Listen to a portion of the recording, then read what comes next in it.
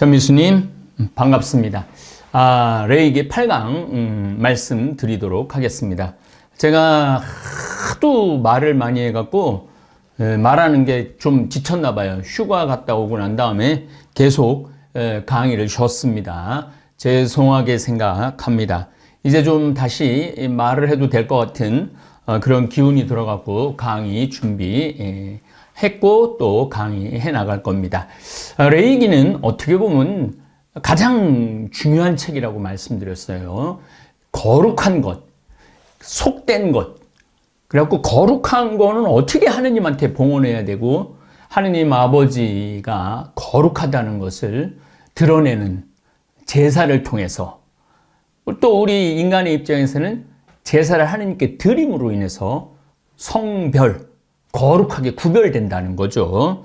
그래서 이 레이기 1장부터 5장까지를 보면은 계속 번제물, 속제물, 가난한 이들을 위한 한번 볼까요?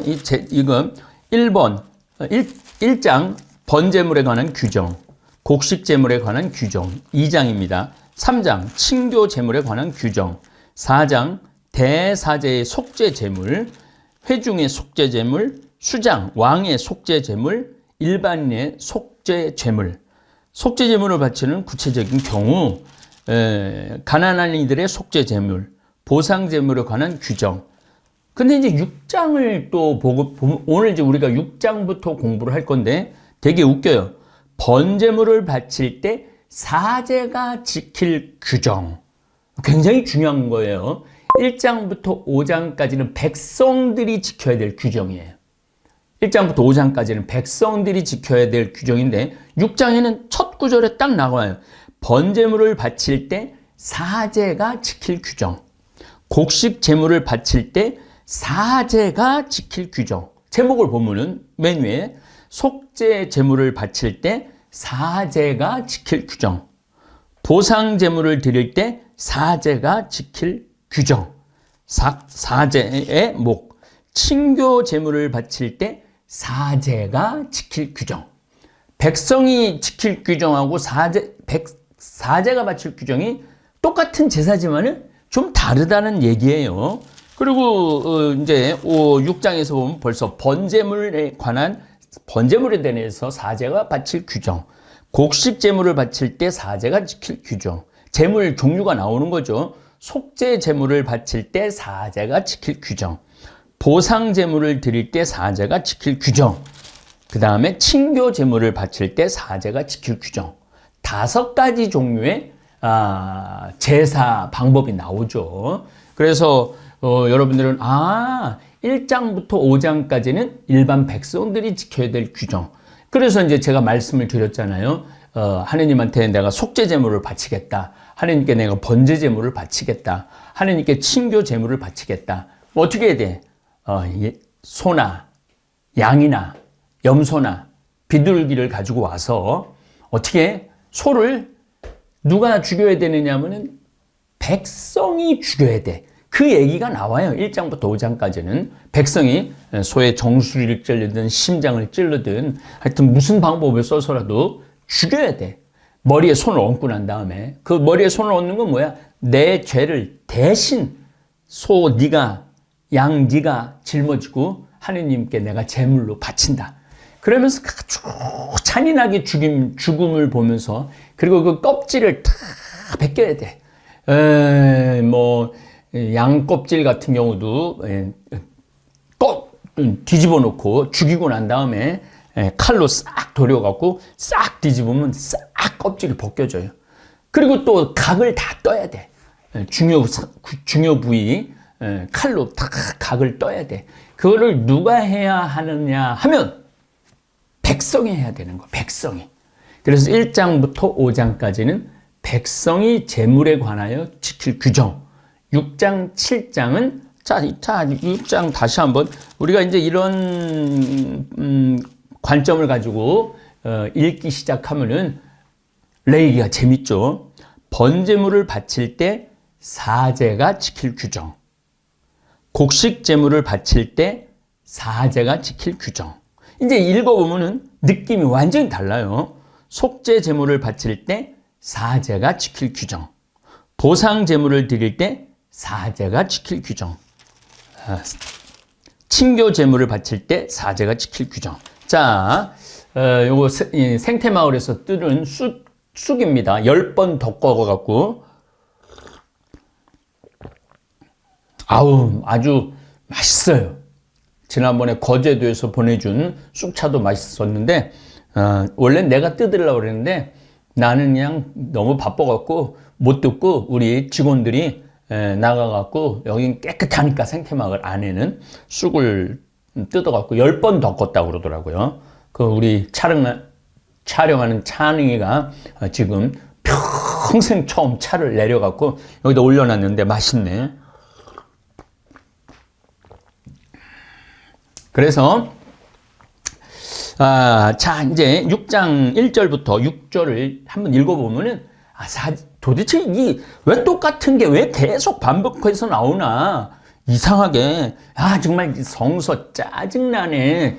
읽는 거 그냥 이렇게 해갖고 그냥 레이기 때 그냥 성서를 포기하거나 성서를 덮어버리는 분들이 있는데 그렇지 않아요. 한번 봅시다. 주님께서 모세에게 이르셨다. 너는 아론과 그의 아들들에게 이렇게 명령하여라. 번제물에 관한 법은 다음과 같다.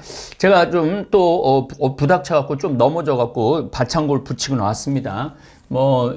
별스럽지 않으니까 너무 걱정하지 마십시오.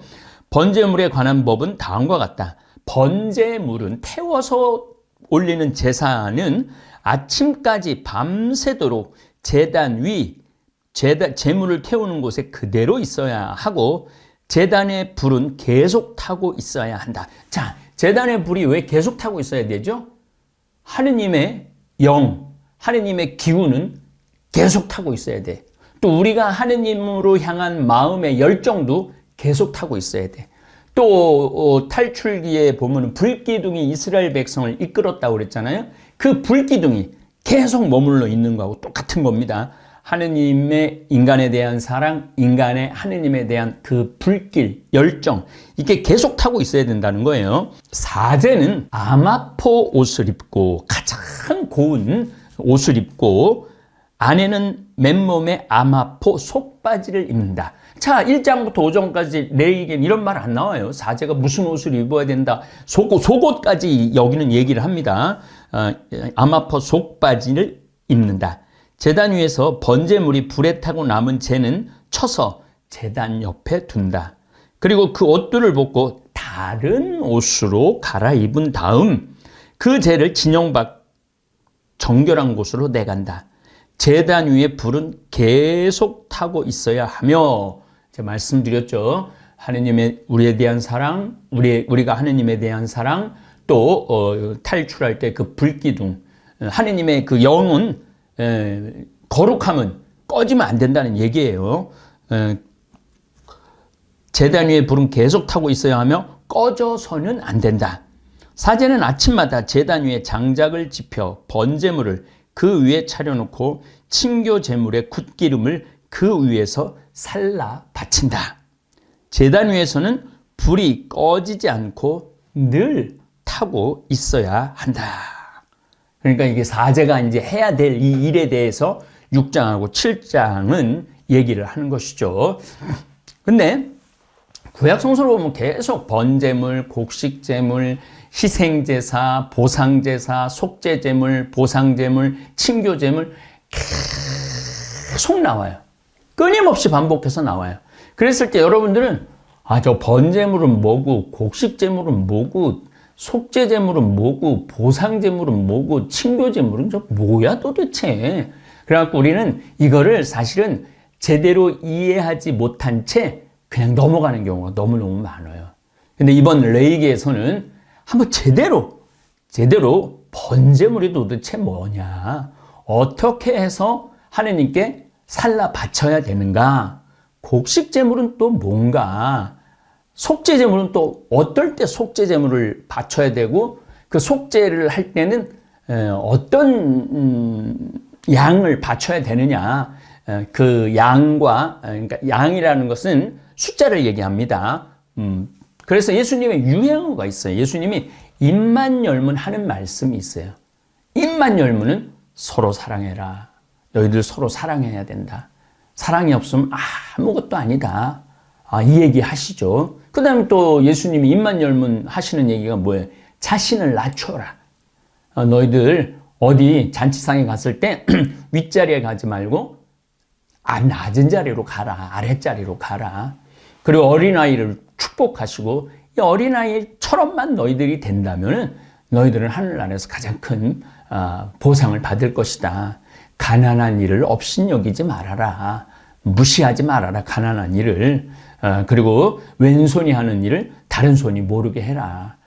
그래갖고 그거 할 때도 마찬가지지만은 단식할 때도 깨끗하게 하라는 거 아니에요. 회개하고 복음을 믿어라. 하느님 나라가 다가왔다. 서로 하나 되어라. 이런 말씀을 예수님이 계속 반복하세요. 그리고 여러분들 입만 열면 하는 말이 뭐죠? 여러분들은 입만 열면 공부해라. 너 서울대학 들어가라. 너 출세해라. 너 돈 많이 벌어라. 이게 이제 여러분들의 유행어가 되면은 안 돼요. 너 하고 싶은 일을 해라.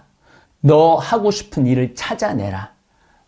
그리고 공부 1등 하는 게 중요한 게 아니다. 네가 정말로 착하고 성실하고 이웃을 돌볼 줄 알고 가난한 이를 보살필 줄 아는 그런 사람으로 태어나야 된다. 이 사회에 네가 유익한 사람이 돼야 된다. 그러니까 엄마, 아빠, 부모님이 어떤 유행어를 하느냐, 우리 예수님이 어떤 유행어를 하느냐, 성서가 어떤 유행어를 하느냐, 그게 가장 중요하다는 거예요. 그래서 구약 성서 전체는 하느님이 우리 인간에게 보내는 연애 편지이기도 하지만 우리 인간이 그 연애 편지를 받고 감사의 제사를 드리는 거예요. 끊임없이 제사를 드려. 내가 또 잘못했어. 잘못하면 잘못한 제사를 드리는 거야. 아이고 풍년을 맞았어. 그러면은 그 또 보상 제사를 드리고 곡식 제물을 드리고 이러는 내용들이 계속 반복해서 나오는 거다. 근데 구약 성서에서 가장 많이 나오는 얘기가 희생 제물이에요. 희생 제물. 희생 제물을 바쳐라. 그 중에 서원 예물이 있습니다. 서원이라는 게 뭐냐면 약속하는 거, 약속. 하느님, 나 정말로 하느님만 믿고 따르겠습니다. 그래서 이제 우리 수녀님들이 한 단계 한 단계 올라갈 때 서원식이라고 그러잖아요. 우리는 서품식이라고 그러고 그래서 하느님과의 약속하는 예물이에요. 서원은 이스라엘 백성이 하느님께 드리는 예물과 밀접한 연관성을 갖고 있습니다. 뭐 하느님한테 뭐 약속을 드릴 때 뭔가 예물을 바치면서 어떤 상징이 있어야 될 거 아니에요. 이스라엘 백성은 자기 자신이나 자식들이나 자신의 권한에 속한 사람들을 하느님께 서원, 바쳤다. 그러니까 약속을 했다 이거죠. 또는 몇몇 짐승들이나 자기 소유의 집이나 밭과 같은 토지의 일부를 하느님께 봉헌하기도 했던 거죠. 여러분들도 뭐 집에 있는 소중한 거 내가 이번에 개를 타면은 뭐 성당 짓는다는데 또 어려운 공동체가 있다는데 우리는 민들레 국수집에 매달 300만 원 봉헌하기로 서원한 거예요. 그러니까 돈을 봉헌하면서 약속한 거죠. 그렇게 서원하듯이 여러분들도 서원 예물을 희생제물로 봉헌할 수 있는 것들은 아닙니다. 서원은 정말로 하느님한테 약속으로 드리는 제물입니다. 희생제물은 완전히 희생을 의미하는 거죠. 고대 종교의식에는 사람을 신에게 희생제물로 바치는 관습이 있었어요. 그 구약시대에 몰렉한테 이렇게 배에다가 청동, 불을 막 떼어갖고 자기 자식을 거기다가 태워서 봉헌하는 그런 관습이 있었죠. 이스라엘 역시 예외가 아니었습니다. 우리는 이런 사실을 판관 11장 30절에 나오는 판관 입다에게 볼 수 있습니다. 그때 입다는 주님께 서원을 하였다. 당신께서 암몬 자손들을 제 손에 넘겨만 주신다면 제가 암몬 자손들을 이기고 무사히 돌아갈 때 저를 맞으러 제 집을 처음 나오는 사람은 주님의 것이 될 것입니다. 그 사람을 제가 제물로 바치겠습니다. 판관기 11장 30절에서 31절이죠. 기가 막힌 내용이에요. 나중에 우리가 가서 읽겠지만 다시 한번 읽어드리겠습니다. 그때 입다는 주님께 서원을 하였다. 서원을 약속을 했다는 얘기죠. 당신께서 암몬 자손들을 제 손에 넘겨만 주신다면 제가 암몬 자손들을 이기고 무사히 돌아갈 때 저를 맞으러 제 집 문을 처음 나오는 사람은 주님의 것이 될 것입니다. 그 사람을 제가 번제물로 바치겠습니다. 그러고 나서 입다는 암몬 자손들에게 건너가 그들과 싸웠다. 주님께서 그들을 그의 손에 넘겨주셨으므로 그는 아로에르에서 민닛 어기까지 그들의 성읍 20개를 그리고 아벨 크라임까지 쳐부수었다. 암몬 자손들에게 그것은 대단히 큰 타격이었다. 그리하여 그들은 이스라엘 자손들 앞에서 굴복하였다. 입다가 여기 뒤가 이제 기가 막힌 구절이에요, 여러분들. 입다가 미츠바에 있는 자기 집으로 돌아가는데 그의 딸이 손북을 들고 춤을 추면서 그를 맞으러 나오는 것이었다. 그는 하나밖에 없는 자식이었다. 입다에게 그 아이 말고는 아들도 딸도 없었다. 자기 딸을 본 순간 입다는 제 옷을 찢으며 말하였다. 아, 내 딸아, 내가 나를 짓눌러 버리는구나. 바로 내가 나를 비탄에 빠뜨리다니. 내가 주님께 입으로 약속했는데 그것을 돌이킬 수는 없단다. 그러자 이제 이 뒷부분이 이제 여러분들이 또 읽어보세요. 또 이러한 것들이 참 기가 막힌 사연이 되는 거죠. 하지만은 이러한 종교 관습은 율법에서는 금지를 하기 시작해요. 레위기 18장 21절에 보면은 18장 21절에 보면 너희는 너희 자식들을 몰록에게 희생제물로 바쳐서는 안 된다. 그렇게 하여 너희 하느님의 이름을 더럽혀서는 안 된다. 못하게 이제 하는 거죠, 점점. 그 다음에 예레미야 항상 뒤에 가 있어요. 7장 31절. 그들은 벤 흰놈 골짜기에 톱펫에 산당을 세우고 저희 아들 딸들을 불에 살라 바쳤는데 이는 내가 명령한 적도 없고 내 마음에 떠오른 적도 없는 일이다. 사람을 살라 바치는 일은 없는 거죠. 에제키엘 16장 20절 보면은 그리고 너는 내가 나에게 낳아준 아들 딸들을 데려다가 그들에게 양식으로 바쳤다. 그것들에게 양식으로 바쳤다. 너는 그 탕료 집만으로는 모자랐단 말이냐. 너는 내 아들들을 잡아 바쳤다. 불 속을 지나게 하여 내 아들들을 아까 얘기했죠. 몰록 큰 항아리에 청동 항아리에 안에 지나가게 한다는 그 얘기예요. 불 속을 지나게 하여 내 아들들을 그것들에게 바쳤다. 이 모든 역겨운 짓과 불륜을 저지르면서 너는 벌거벗은 알몸뚱으로 지내던 피투성이로 버둥거리던 내 어린 시절을 기억하지 않았다. 그래서 희생제물과 서원제물은 이제는 좀 다르다라는 것을 얘기를 하는 겁니다. 짐승들도 예물에 모두 적합한 것은 아니었습니다. 부동산 땅도 하느님께 봉헌할 수 있는 것이었지만 그 소유가 성전이나 사제들에게 양도될 수는 없었어요. 그러니까 요즘 좀 많이 달라졌죠. 요즘 성전에서도 갖고 사제들도 땅들 봉헌하면 특히 내가 많이 갖고는 있지만 실질적으로는 저는 그 많은 땅을 받았지만은 잠비아는 프란시스코 정교회로 해줬고 생태마을하고 문경하고 미국은 다 수원교구로 다 했지 제가 받는 것은 아닙니다. 봉헌할 이런 것들은 하느님께 거룩한 것으로 봉헌할 필요성을 느낀 한 개인이 속한 부족의 소유로 남겨져야만 했다. 그러니까 부족의 소유로 남아야 된다는 이야기죠. 이런 이유 때문에 레위기 27장에 따르면 서원의 대상이 되었던 것들은 이제 성소 세겔로 값을 매긴 거죠. 그러니까 난 땅을 바치고 싶습니다. 아니, 안 된다. 땅은 안 된다. 그래갖고 성소 세겔, 무게 단위로 볼 경우 1세겔은 11.4g에, 이 합해 단위일 경우 1세겔은 하루 품삯에 해당하는 값이었습니다. 하루 이게 11.4g의 어떤 은하나 뭐 동전을 받는 거죠. 하루 품삯이죠. 이스라엘 백성은 봉헌하려던 대상과 동등한 가치를 지닌 화폐를 성전에 바쳤다. 이런 얘기입니다. 이런 예물 규정들은 경솔한 서원을 막는 데 도움이 됐던 거죠. 그래서 막 아무 때나 막 하느님한테 약속하고 뭐 나는 뭐를 바치겠다, 뭐를 내놓겠다, 땅을 내놓겠다, 뭐 죽을 때까지 안 내놓으면 그 서원은 헛된 서원이 되는 거죠. 짐승의 맛배의 경우에 이미 모든 맛배는 하느님의 소유이기에 봉헌할 수 없었다. 그러니까 이미 하느님 거야. 하느님 거니까 봉헌하기 힘들다는 거죠. 따라서 그 값에 해당하는 성소 세겔로 봉헌했습니다. 레위기 27장 26절에서 27절 그렇게 나와요. 또한 땅, 곡식, 과일, 가축등과 같은 생산물의 10분의 1은 하느님께 바쳐진 거룩한 것이기에 서원 예물로 봉헌할 수 없었다. 딴 걸로 바쳐야 된다는 거예요. 이미 10분의 1은 이건 하느님 거야. 하느님 거 10분의 1. 그러니까 여러분들이 지금 가지고 있는 재산의 10분의 1은 하느님 거예요.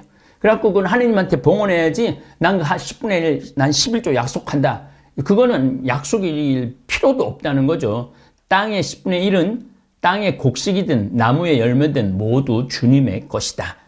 주님에게 바쳐진 거룩한 것이다. 누가 그 10분의 1을 되사고자 하면 그것의 5분의 1을 더 보태야 한다. 더 내놔야 된다 이거죠. 그 10분을 살라고 그러면은 큰 가축과 작은 가축의 10분의 1, 곧 지팡이 밑으로 지나가게 하여 지팡이 밑으로 지나가고 골라낸 모든 가축의 10분의 1은 주님에게 바쳐준 거룩한 것이 된다.